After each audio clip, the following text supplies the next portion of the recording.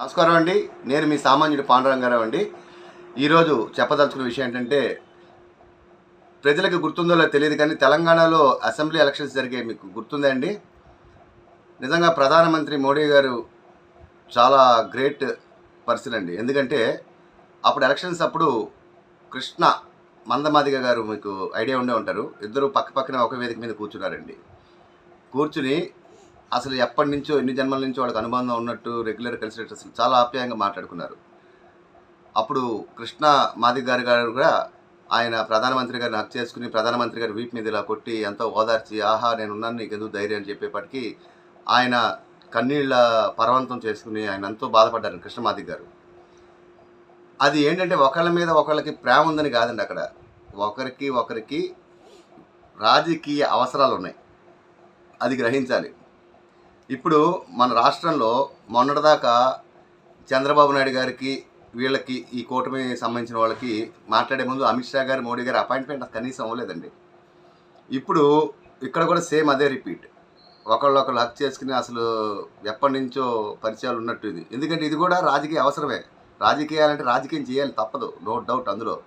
కానీ మన దురదృష్టం ఏంటంటే ఇంత బంపర్ మెజారిటీ ఇచ్చి మన రాష్ట్రానికి ప్రజలు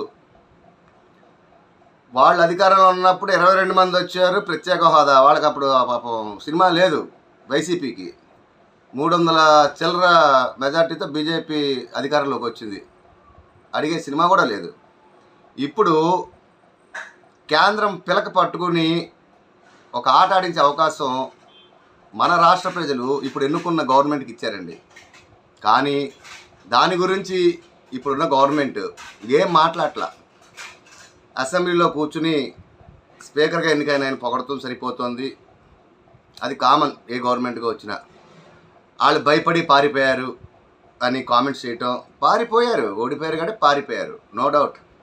గెలిచిన వాళ్ళందరూ బయటకు వచ్చి జగన్మోహన్ రెడ్డి గారు ఇంకా ఓడిపోయారని వచ్చి పాపం ఆయన మాట్లాడారు, మీడియా సమావేశమైనా మాట్లాడారు, నో డౌట్ అందులో. ఆయన గొంతు పోతుంది. ఓడిపోయినాడు ఎప్పుడైనా బాధపడకుండా నవ్వుతూ వస్తాడా? నో డౌట్ అందులో. ఎవరికైనా బాధ ఉంటుంది, నో డౌట్ అందులో. కానీ అసెంబ్లీలో కూర్చుని వాళ్ళు పారిపోయారు, వీళ్ళు పారిపోయారు, ఇవి చెప్పడానికి కాదండి మీకు పవర్ ఇచ్చింది. మీరు ఏమేమి హామీలు ఇచ్చారో అవన్నీ నెరవేర్చడానికి. అవన్నీ నెరవేర్చి మీరు ఖచ్చితంగా చేస్తారని మనస్ఫూర్తిగా కోరుకుంటున్నానండి. అదేవిధంగా తెలంగాణ ముఖ్యమంత్రి గారికి ఆంధ్రప్రదేశ్ రాష్ట్ర ప్రజల తరఫున ధన్యవాదాలు చెప్పుకుంటున్నానండి. ఎందుకంటే రైతు రుణమాఫీ 2023 నుంచి తీసుకున్న వాళ్ళందరికీ 31,000 కోట్లు అవుతున్నాడండి. ఆ సాహసోపేత నిర్ణయానికి నిజంగా ముఖ్యమంత్రి రేవంత్ రెడ్డి గారికి హ్యాట్స్ ఆఫ్ అండి. అదేవిధంగా మన రాష్ట్ర ప్రజల అవసరాలని ఈ ప్రభుత్వం మేనిఫెస్టో రూపంలో, మన ఆంధ్రప్రదేశ్ ప్రభుత్వం మేనిఫెస్టో రూపంలో ప్రచురించిందండి. అది ఓన్లీ ప్రచురణ కాకుండా ఖచ్చితంగా ఏవో రూల్స్ పెడతారు. ఎలక్షన్స్ హామీలప్పుడు రూల్స్ పెట్టరు, పథకాలు ఇచ్చేటప్పుడు రూల్స్ పెడతారు, నో డౌట్ అందులో 100%. అవన్నీ 1-10 సార్లు ఆలోచించి కేవైసీ అని చెప్పి 3 గ్యాస్ బండ్ల మహిళలు గ్యాస్ గోడౌన్ల దగ్గర, గ్యాస్ ఏజెన్సీల దగ్గర క్యూలు కట్టి ఉన్నారండి. వాళ్ళ బాధలు అర్థం చేసుకుని కొంచెం సమస్యను తొందరగా పరిష్కరించి మీరు ఇచ్చిన హామీలని ఎట్లానో 6 నెలల దాకా అది అయ్యే పని కాదు.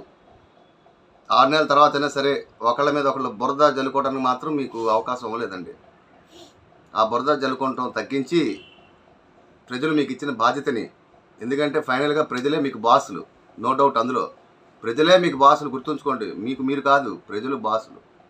ఆ ప్రజల యొక్క మనోభావాలకు అనుగుణంగా మీరు ఇచ్చిన హామీలని నెరవేర్చాలని మనస్ఫూర్తిగా కోరుకుంటున్నానండి. నమస్కారం అండి. ఇట్లు మీ సామాన్యుడు పాండురంగారావు.